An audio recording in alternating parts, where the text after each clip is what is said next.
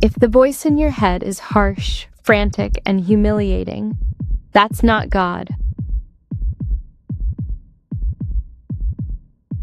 Some of you have been calling shame conviction, and they are not the same thing. Shame attacks your identity. Conviction addresses your behavior. Shame says, hide from God. Conviction says, come closer. Shame is vague, heavy, hopeless.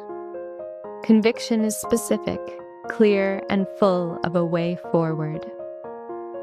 Shame floods you. It spirals, it makes you want to disappear. But God doesn't hijack you. He shepherds you. The voice of God is firm, but never frantic. He corrects, but he doesn't crush. He exposes, but only to heal.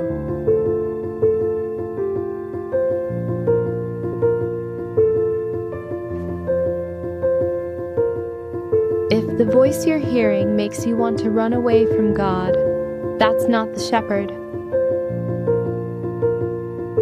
The shepherd calls you by name. Some of you have been running from a voice that was never his. You thought God was the one accusing you. But the accuser is not your father.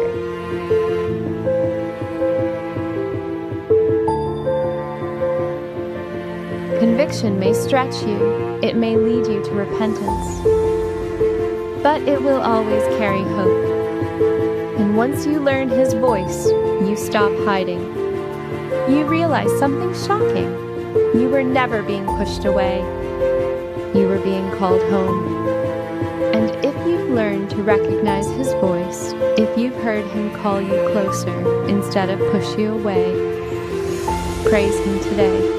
Not because you've earned it, not because you've got it all right, but because he never stops speaking with love.